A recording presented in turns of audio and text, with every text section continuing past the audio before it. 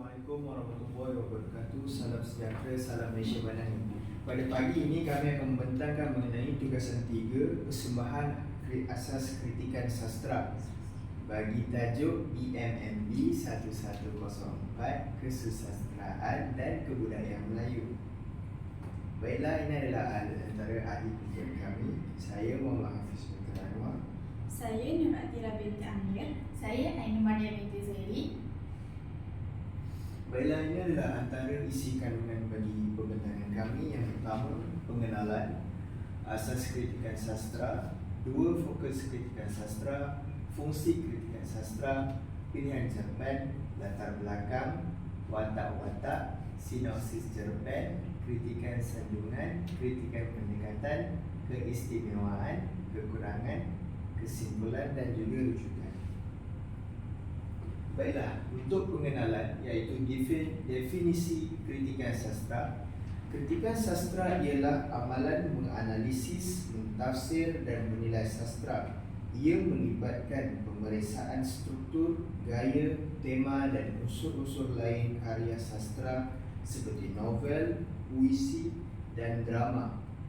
Pengkritik sastra boleh meneroka konteks sejarah, kepentingan budaya dan teknik artistik yang digunakan dalam karya sastra untuk mendapatkan pemahaman yang lebih mendalam tentang makna dan kesannya. Kritikan sastra memainkan peranan penting dalam membentuk tafsiran sastra dan memupuk perbincangan tentang nilai dan kaitan karya sastra dalam masyarakat. Baik.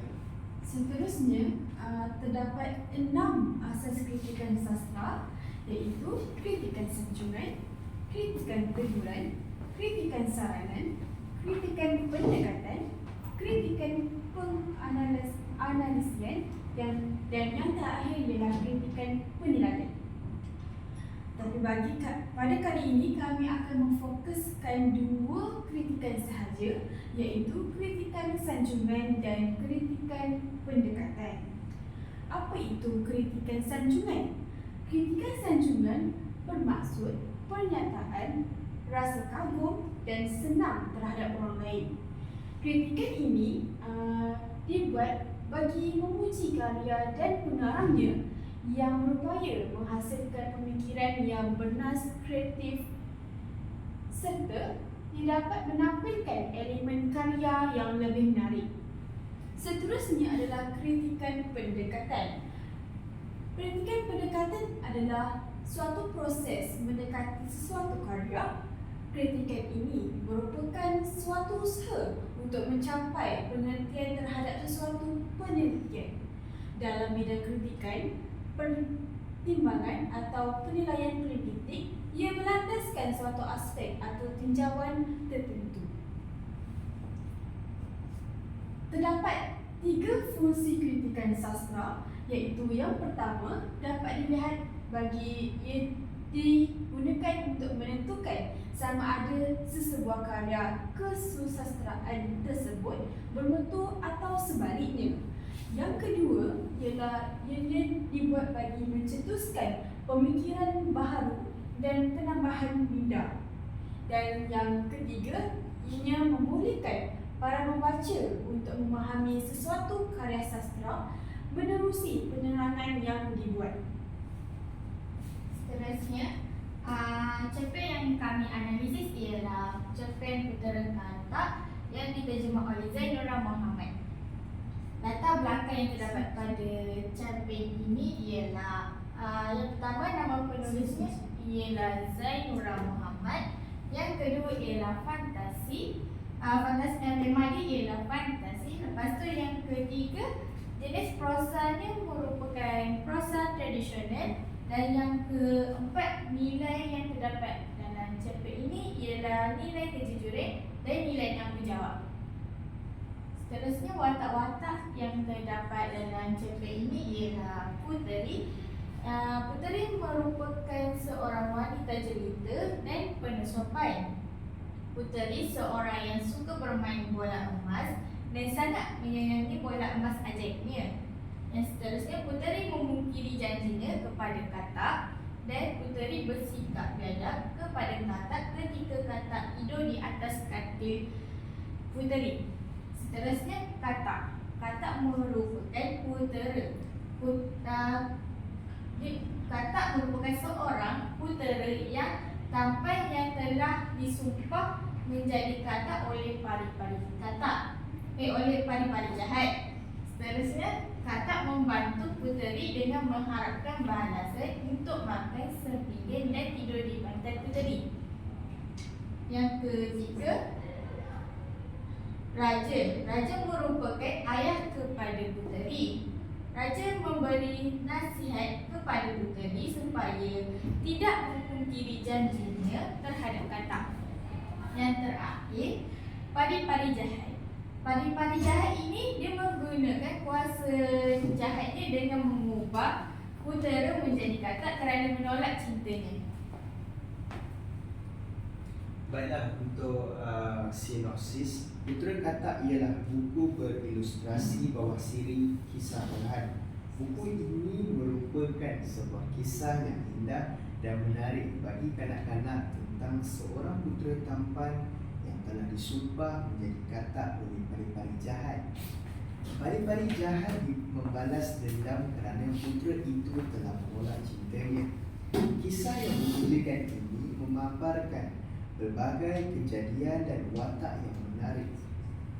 Ia memaparkan kisah kebaikan yang kita dapat jadikan pedoman pada pembaca dan sesuai untuk dijadikan bahan koleksi bacaan kanak-kanak. Baiklah, kita pergi kepada kritikan sanjungan yang terdapat dalam cerpen ini. Yang pertama, mempunyai plot yang menarik. Di dalam cerpen Putera Katak ini dapat dilihat bagaimana jalan cerita yang disusun oleh penulis dengan baik. Ia bermula daripada permulaan cerita yang ditulis oleh penulis, dapat dilihat dari segi jalan cerita, perkembangan konflik, klimaks dan beleraian. Setiap plot yang terdapat dalam novel ini dapat dilihat dengan penyusunan jalan cerita yang lancar dan mudah difahami oleh kanak-kanak untuk membaca. Baiklah, dapat dilihat sebagai contoh pada permulaan cerita terdapat putera raja yang muda dan tampan namun disumpah oleh pari-pari jahat menjadi seekor katak yang bodoh, menyebabkan ia dicampak ke dalam perigi yang dalam. Namun, pada peringkat peleraian, dapat juga kita lihat bagaimana penulis menyusun jalan cerita yang baik, di mana puteri raja dan putera katak yang telah boleh mengambil keputusan untuk mengahwini puteri raja yang telah menolongnya sebelum ini.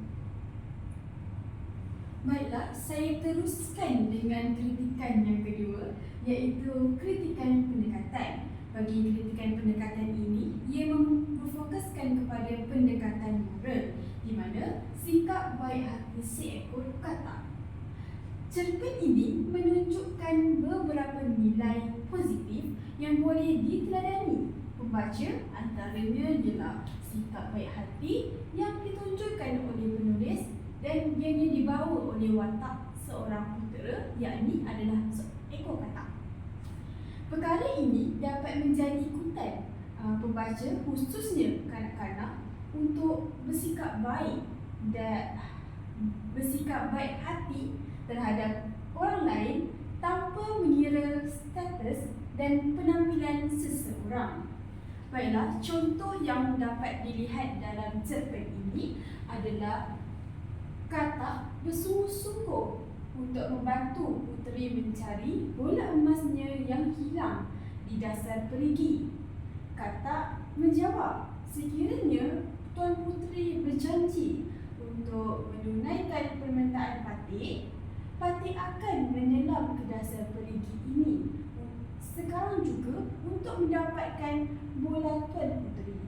Tuan Puteri pula menjawab, baiklah. Ini adalah contoh petikan dan contoh situasi yang terdapat dalam cerpen ini. Seterusnya merupakan seterusnya istimewaan yang terdapat dalam cerpen ini. Yang pertama ialah berdasarkan novel ini terdapat beberapa keistimewaan yang dapat dikritik pada umumnya. Cerpen ini mengisahkan seorang putera raja yang disumpah oleh pari-pari jahat kerana putera menolak cintanya, dan mengisahkan seekor katak yang berusaha untuk membatalkan sumpahnya dengan membuat perjanjian bersama seorang puteri. Di sini jelas menunjukkan ia terdapat keistimewaan, iaitu cerpen ini berkait dengan unsur kesungguhan seseorang untuk seseorang putera untuk membatalkan sumpahnya. Maka ia dapat memberikan pengajaran kepada para pembaca supaya tidak mudah berputus asa dalam mencapai sesuatu. Baiklah, kita pergi pula kepada kekurangan yang terdapat dalam cerpen Putera Katak ini. Dalam cerpen ini terdapat beberapa kekurangan yang dapat dikenal pasti, di mana cerpen ini menggunakan emosi marah dan sikap yang tidak sopan dalam karya ini, yakni watak puteri. Hal ini dapat membangkitkan kritikan yang negatif kepada karya ini. Secara tidak langsung ia dapat mempengaruhi para pembaca dengan sikap negatif, terutamanya kepada generasi muda. Tambahan pula, target golongan pembaca cerpen ini adalah golongan kanak-kanak. Terbuktilah bahawa terdapat sedikit kekurangan di sebalik kelebihan dan nilai dalam cerpen ini.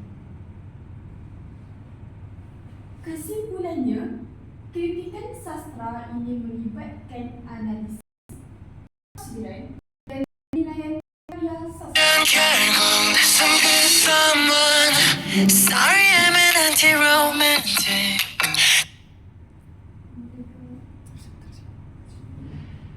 Kesimpulannya, kritikan sastra ini melibatkan analisis, tafsiran dan penilaian karya sastra.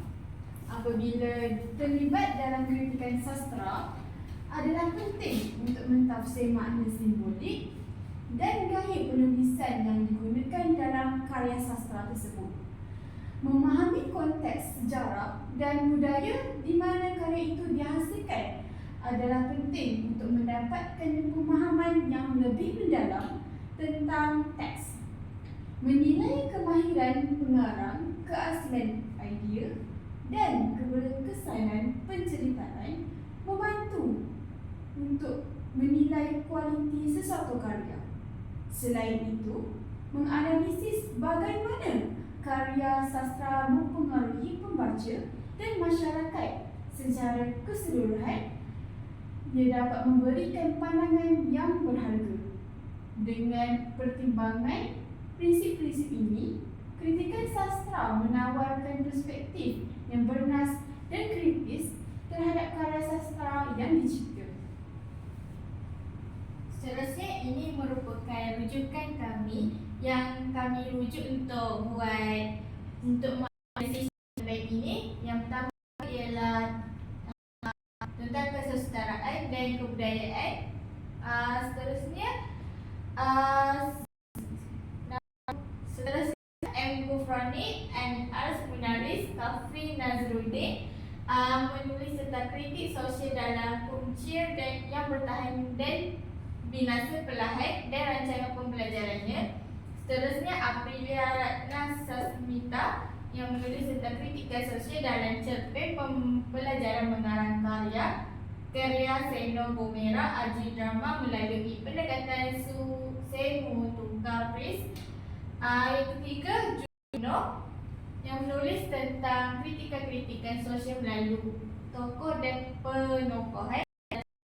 Burung yang bodoh karya Rabi Dranex Tagore, dan akhir sekali Haji Wahid dan Haji Abu menulis tentang membina kritikan sastra Melayu dalam jalur pasca modernisme.